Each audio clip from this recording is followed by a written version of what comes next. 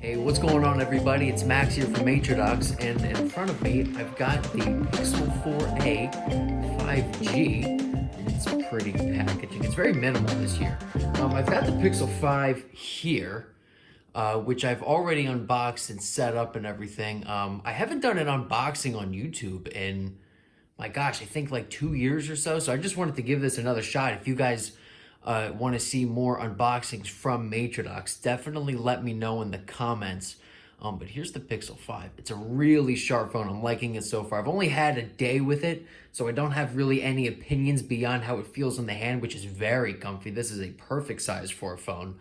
But I will have more to say in my full review, which is coming in probably 2 or 3 weeks' time. So stay tuned for that. This is the Pixel 5. I've got a Pixel 4. I've had a Pixel 4. This is a sweet D-brand skin that I've got. Kind of matches the website's color scheme. I really like both of these phones. This one in particular, the Pixel 4a, it served me very well over these past, I think it's been 2 months since I got the phone. So it's a really nice phone for the price. And this is kind of the bigger version of that phone. I'll keep it in frame here. There you go, Pixel 4a. So the 4a 5G, 6.2-inch 1080p screen. It's at 60 hertz, but you take what you can get when these manufacturers decide what to chop off. It's got a Snapdragon 765G processor, which means it's got 5G, hence the 5G logo right there on the box. It's got 6 gigs of RAM. It's got 128 gigs of storage. And I'm kind of excited to open this up because it looks like a really interesting phone. It's priced at $499, which is pretty cheap for a 5G phone, especially nowadays as these $1,000 phones they're just starting to come out with 5G. So this one should be really interesting to test. So let's get this thing unboxed. Like I said, it's super minimal.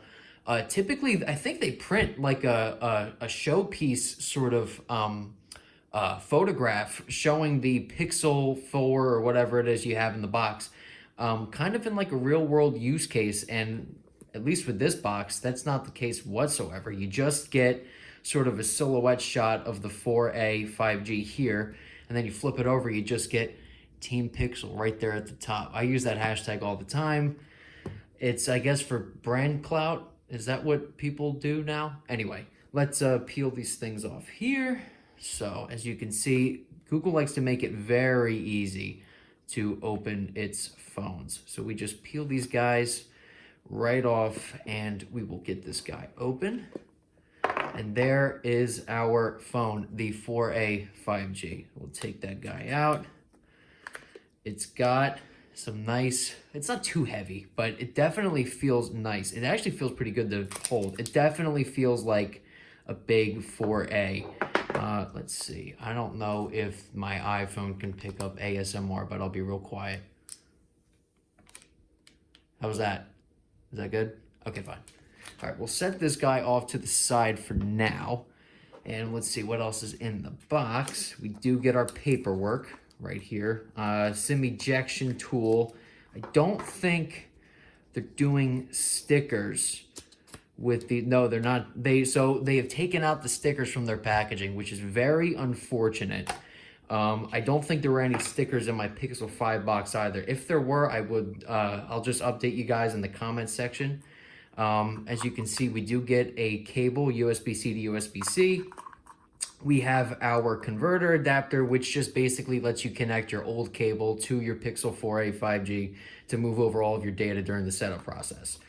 We also have what Apple doesn't include anymore in their phone boxes, a wall wart. This is 18 watts, so it's not going to be the fastest charging in the world, but at least it's something, whereas Apple doesn't give you anything like that.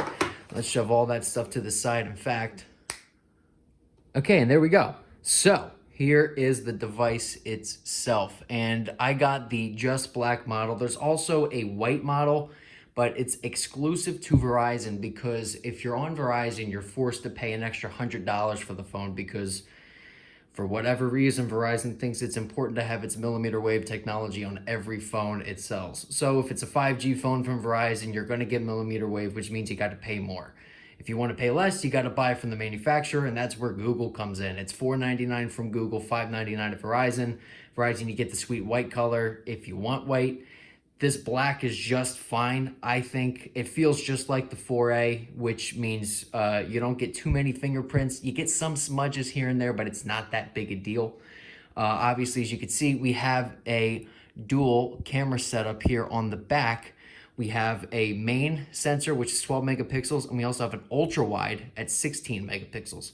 Thank God Google finally decided to include a 16 megapixel ultra wide camera. It feels like forever that Google didn't do this. Like, they slacked hard last year by including the telephoto with the 4 and the 4XL. Thank God it's got an ultra wide this year. Otherwise, I would lose all faith in Google as a company. I mean, seriously. So let's get this guy booted up. Come on. There we go. We have power, friends. We have power. And just to do a little size comparison, here is the 4A next to the 5. So there you go. So, I mean, it's a pretty notable difference in size. It's a relatively larger phone as it is, as you can see. But it still feels pretty comfy. I don't think okay, it's not necessarily one-handable. If your hands are a bit larger than mine, you probably can do it with one hand, but more often than not, I feel like people are gonna need 2 hands for this phone. This is probably a double-hander. So we will just let this guy boot itself up whenever it decides. I mean, these things can take days. Here it comes, I think, maybe. There it is. Look at that. Colors and everything. Okay, so here is, so I don't have to go through the setup process.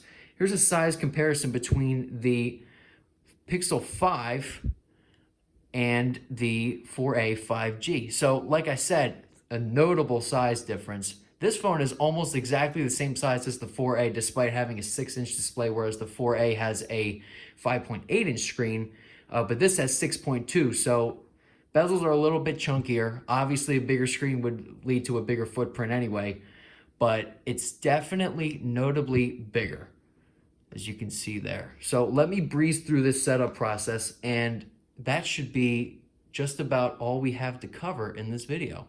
So, okay, now we're all set up. The Pixel 4a 5G, and just kind of messing with it during the setup. I'm really starting to like this form factor and this size. It's really comfortable if you have larger hands. Like I said, it's not really a one-handed phone. It kind of is, but you do have to do the phone shimmy in your hand to reach the notification shade. You do have the fingerprint sensor on the back, though, that lets you swipe down. I guess the feature's not enabled, though, because it's not working for me. But overall, I think this will be a really fun review. I should have a review in just about probably 3 weeks' time. It'll more than likely come after the Pixel 5 goes up. So definitely stay tuned for that. I'm Max with Matridox, and I will see you guys later.